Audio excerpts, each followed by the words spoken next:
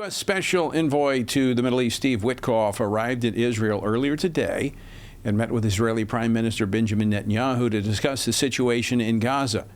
Tomorrow, U.S. Ambassador to Israel, Mike Huckabee, is expected to join Witkoff in inspecting the aid distribution sites in Gaza.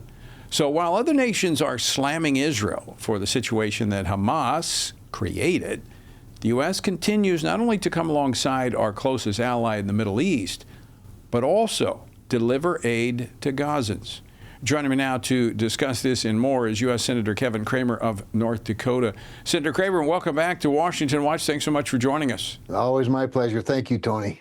So in the span of a little over a week, we've had France, the UK, and now Canada roll out the fossilized two-state solution. What's going on? Well, I think what's going on is pressure from liberals in these various countries and unfortunately a successful propaganda campaign by terrorists of all people. And I'm so disappointed in our friends in Canada because they've got to know better than to believe the propaganda of killers like Hamas. And that's what frustrates me to no end. Not only did they start this issue, this problem, by the October attacks a couple of years ago, doing unthinkable things, of course, but they continue to do it by using phony pictures, by using children as shields and innocent people as shields. They're the ones, remember, that are holding the hostages, not Israel. I mean, you could go on and on and on to demonstrate the obvious evidence that Hamas are the bad guys here. Israel are the good folks here. And so it's very frustrating to me that our friends in France and UK and Canada and others probably around the world have caved, if you will, to this propaganda campaign. But to roll out, once again, I mean, this has been around since the late 1940s, right after Israel became a nation, you know, the Green Line, the description of the West Bank, which we're talking about Judea and Samaria, which is the focal point of the two-state solution, the creation of a Palestinian state in the heart of Israel. Was not October the 7th the result of a de facto two-state solution? I think that's an absolutely perfect illustration of what we're talking about. That's why there's only one way to deal with Hamas. That's to eliminate them. And either that or for them to just surrender, give up, throw up their arms, because you're right, they've already demonstrated what the outcome is of a two-state solution. That's what Gaza in many respects was. And so I don't know how you fix this as long as there's a Hamas around, and I don't know how you fix Hamas as long as they have sympathizers in places like Canada, the UK, and other parts of Europe. All right, Senator Cramer, I want to turn to some other hostages, and that is the president's nominees that are being held hostage by Democrats there on the Senate. I mean, we're having close to, I think, 140 or more that are being blocked. All right, what's the latest? So what's happening right now, of course, and make no mistake, these are the Democrats holding these nominations hostage, and we've never seen anything like this. We've seen things similar, but nothing quite like this, where literally, Tony, up to this point, 6 months into the administration, Democrats have allowed exactly 0 Donald Trump nominees to go to confirmation with anything other than a full roll call vote through cloture and filibuster. That means that we can only... Let me just stop you right there so people understand. Oftentimes, these beyond cabinet secretaries, most of these are by consensus. We just agree that, all right, we're just going to go ahead and have a vote. We're not going to use up all the time that's allowed by the rules, correct? That's right. That's right. But of course, Donald Trump's different, right? Because he's so bad and they're so offended by him that somehow they're just going to do everything they can to block these people, including nominees that came out of the committees with large bipartisan votes. By this point, 4 years ago, in Joe Biden's first 6 months, Republicans had allowed 46 nominees to be confirmed by either unanimous consent or a voice vote.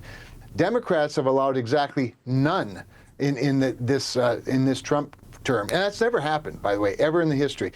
And remembering, just to give some perspective too, remember there are about 1,200 nominees that require Senate confirmation. So you're talking about, that's a lot. And maybe that's too many, Tony. That's another discussion. But at the same time, the Senate prerogative has never been abused like this. So what we're working on now is both a negotiation on the one hand with our Democratic colleagues, while at the same time a rules change. Because the reality is what's known as cloture, what's known as filibuster, what's known as the executive calendar, that's the part of our job that confirms people, that our job being senators, has never really required cloture or the filibuster, allowed the filibuster before. So it may be time to just pull that Band-Aid off and say this isn't working anymore. And yes, Democrats will do the same thing when they're confronted with the opportunity, perhaps when the tables are turned. But we've always believed, Tony, that we as Republicans, as conservatives, that the president that wins the election is largely entitled to their government.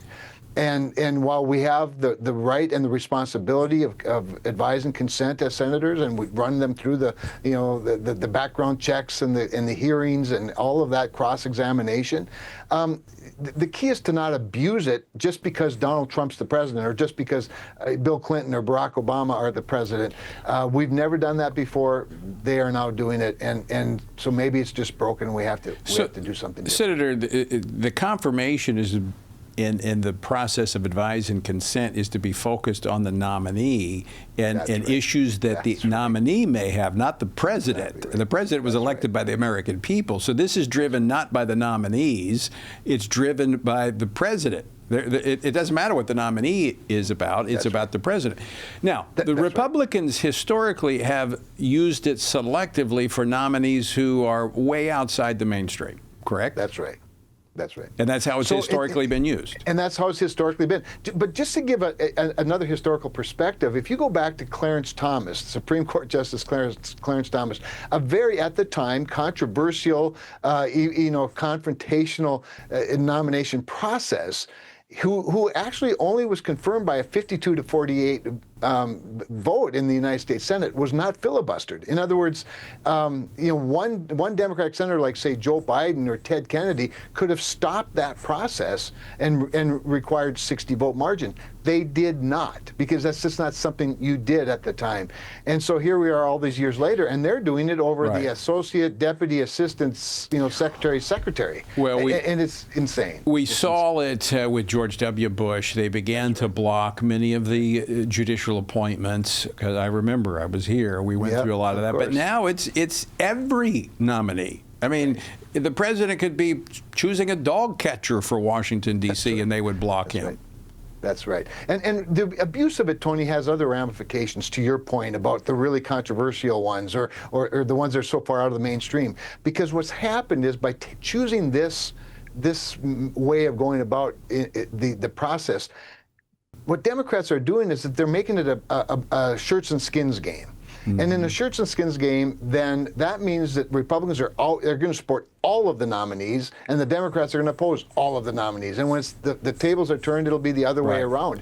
Rather than doing the type of diligence and saving your political capital, Tony, for things that matter. And that's what I find frustrating. Well, Senator, also further divides the country. I mean, it's polarizing when we see these things. So is there a chance that the Senate will go into an extended recess and allow the president to make these appointments? Well, that is one of the options, right? So when we talk about options, we could change the rules and eliminate the filibuster and cloture altogether for this calendar, particularly, say, below a cabinet secretary level. That's a possibility. We could shorten the time from 2 hours to 1 hour. Although I think if you're going to change the rules, rip the Band-Aid off altogether and make it a simple majority and stack votes. The real key would be to find a way to get back to en bloc voting. So maybe put 25 or 50 of them up for a voice vote all at once and save days of time rather than every 2 hours having a vote.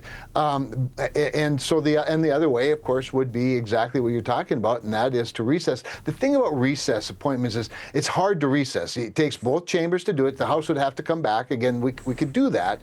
a recess vote is amendable. So you end up with a lot of other sort of bureaucratic, Right. you know, swampish stuff. But it is one of the options that are on the table, and we're considering all of them because we have to do something. We have to fix our government and give this president the government that he deserves. He, after all, did win the election. Right. Senator Cramer, always great to have you on the program. Thanks for bringing us up to date on what's happening there on Capitol Hill in the swamp. Thank you, Tony.